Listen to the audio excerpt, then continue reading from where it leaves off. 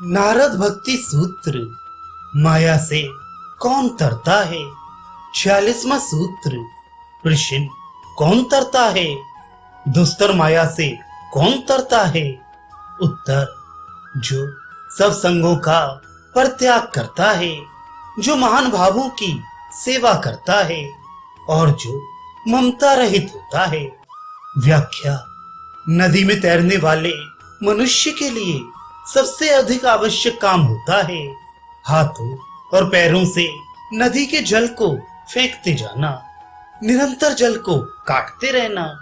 तभी नया तैराक नदी के पार जा सकता है। जल को फेंकना छोड़ दे तो तत्काल डूब जाए। इसी प्रकार इस महाभयावनी दुस्तर माया नदी को तैर कर जो उस पार जाना चाहते हैं, उन्हें अहंकार और विषयाशक्ति रूपी जल को बराबर अलग फेंकते रहना चाहिए। अहंकार और आसक्ति रूप जल से ही ये माया नदी भरी है। जो अहंकार और आसक्ति को दूर नहीं फेंक सकता, इनका त्याग नहीं करना चाहता, वह इस माया नदी के जल में रमकर अतल तल में डूब जाएगा। इसलिए संग त्याग अवश्य करना चाहिए, परंतु हाथ पैर मारते मारते भी उनके थक जाने की अथवा श्वास टूट जाने की संभावना है। अतः बीच बीच में ऐसा अवलंबन लेना चाहिए जहां कुछ देर ठहर कर वह विश्राम ले सके। इस माया नदी में भी केवल संग त्याग से काम नहीं चलता, इसमें भी विश्राम स्थल चाहिए। वे विश्राम स्थल संतों के सुधामय वचन ही है, जिनके सहारे से नवीन बल प्राप्त होता है और उस बल से मनुष्य माया समुद्र के पार पहुंच सकता है। वस्तुतः संत सेवी साधक को अपने बल से तैरना पड़ता ही नहीं, वह तो संत महान भावों की कृपा रूपी सुदृढ़ जहाज पर सवार होकर अनायास ही तर जाता है। इसलिए देव ऋषि महान भावों की सेवा करने को कहते हैं।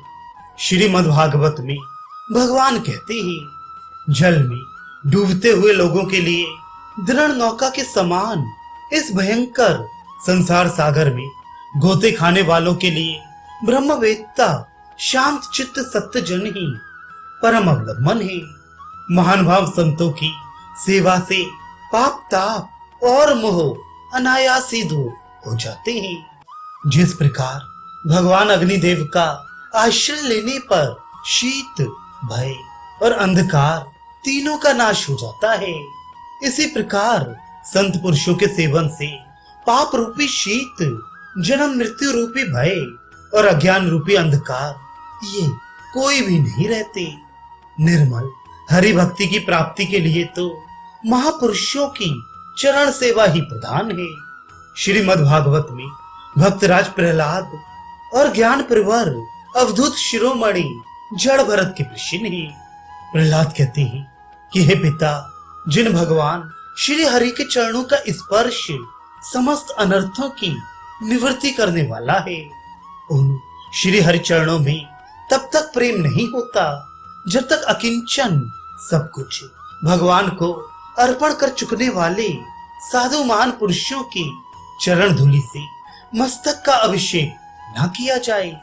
महात्मा जड़ भरत राजा रहुगण से कहते हैं, हे रहुगण, ये भगवत तत्व का ज्ञान और भगवत प्रेम तप, यज्ञ, दान, गृहस्थाश्रम द्वारा परोपकार, वेदाध्ययन और जल, अग्नि एवं सूर्य की उपासना से नहीं मिलता।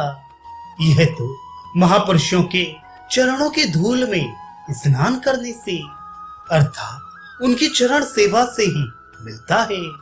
परंतु इतना स्मरण रहे कि महापुरुषों की सेवा का अर्थ केवल उनके समीप रहना या उनके शरीर की सेवा करना ही नहीं है, उसकी भी यथा योग्य आवश्यकता और सार्थकता है।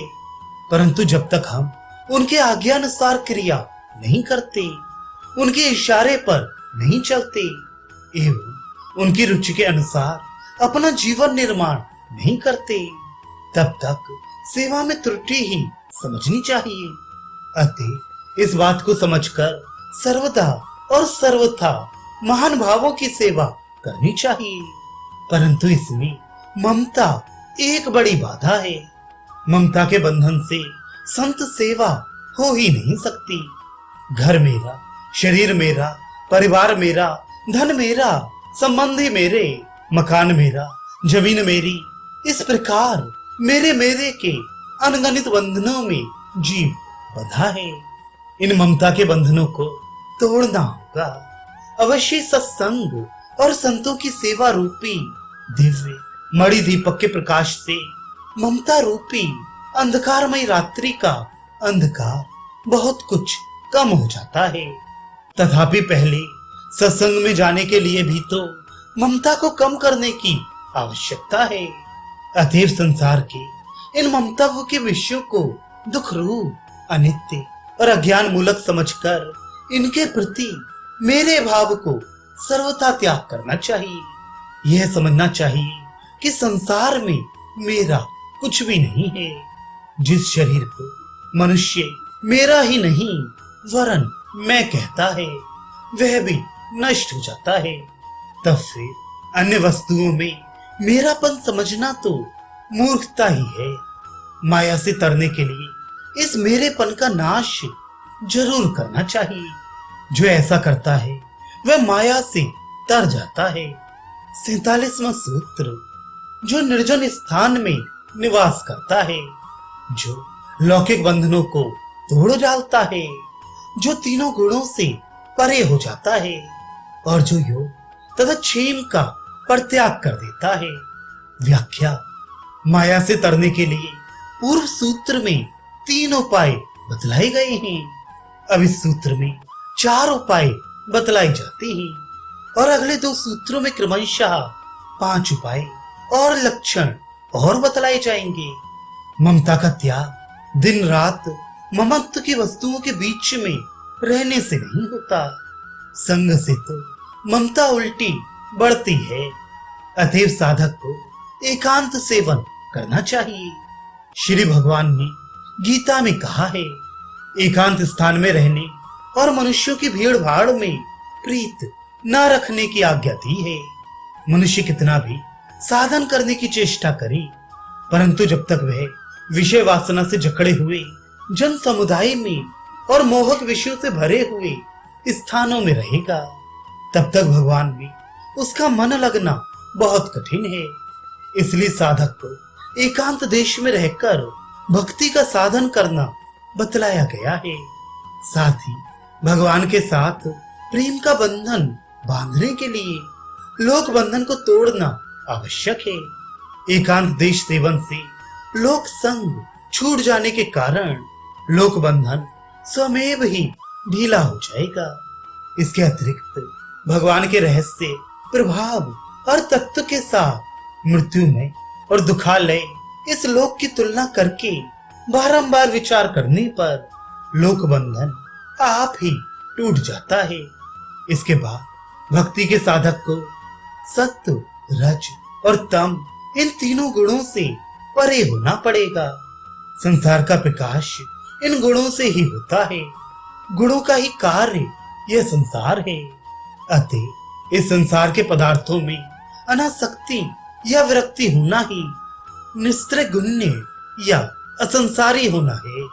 जो मनुष्य विषयासक्त और विषय कामी है वही गुणबद्ध है, और जो भगवत आसक्त और भगवत प्रेमी है वही असंसारी है।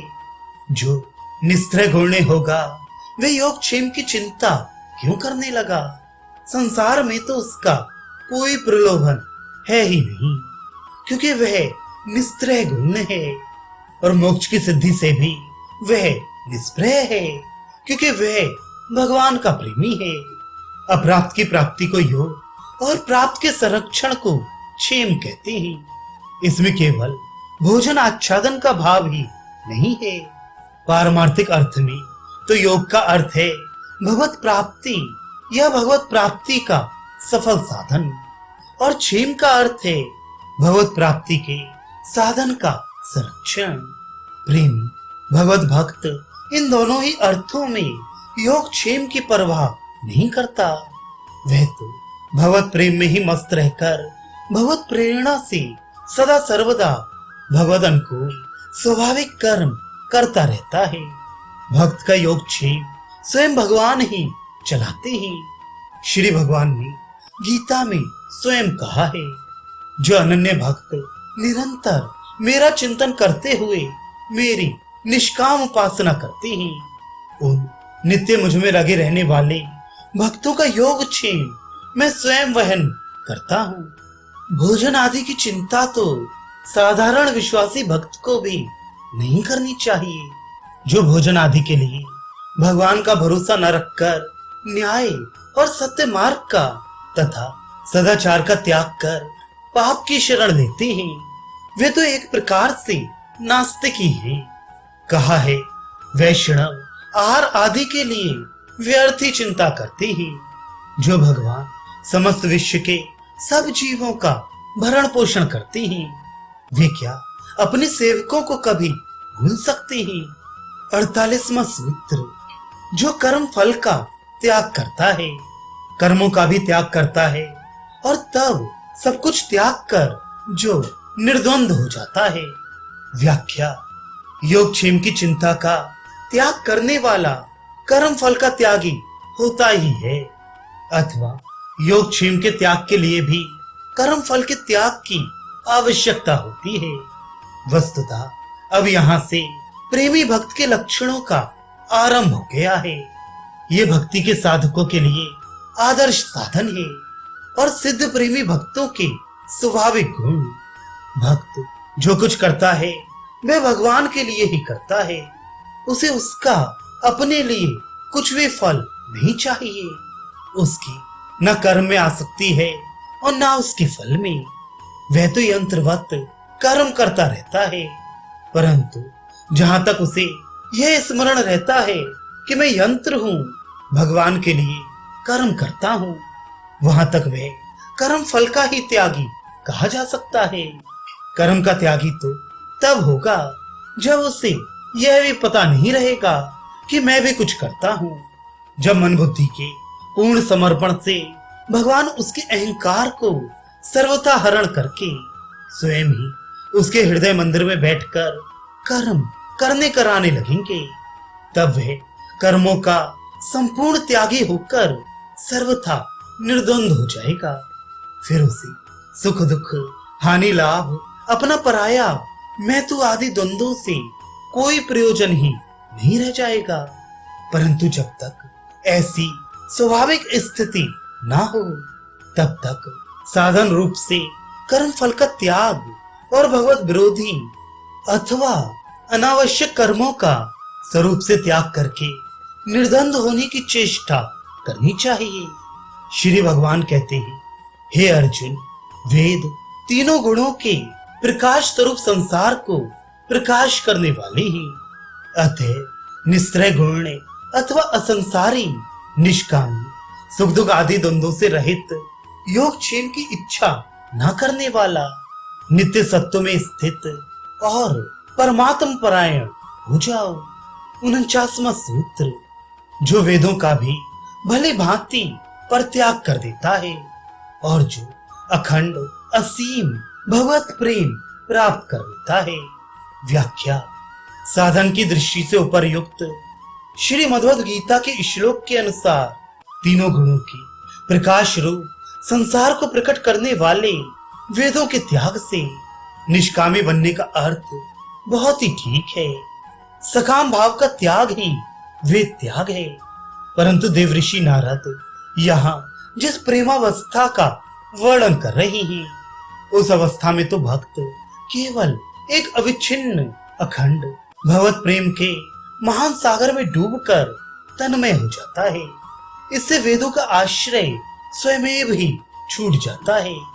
उससे फिर लौकिक वैदिक कोई सी भी क्रिया यथाविधि नहीं हो सकती। सारे नियमों का अपने आप टूट जाना ही इस प्रेम का एक नियम है। यह भी शास्त्र विधि ही है। इस स्थिति में वेद अपने अनुयायी को वेदों का परम फल प्राप्त करते देखकर उसकी चरम तृप्ति पर स्वयं तृप्त होकर उसे छोड़ देते हैं। ये वेद त्याग तिरस्कार मूलक नहीं है, वरन तृप्ति मूलक है।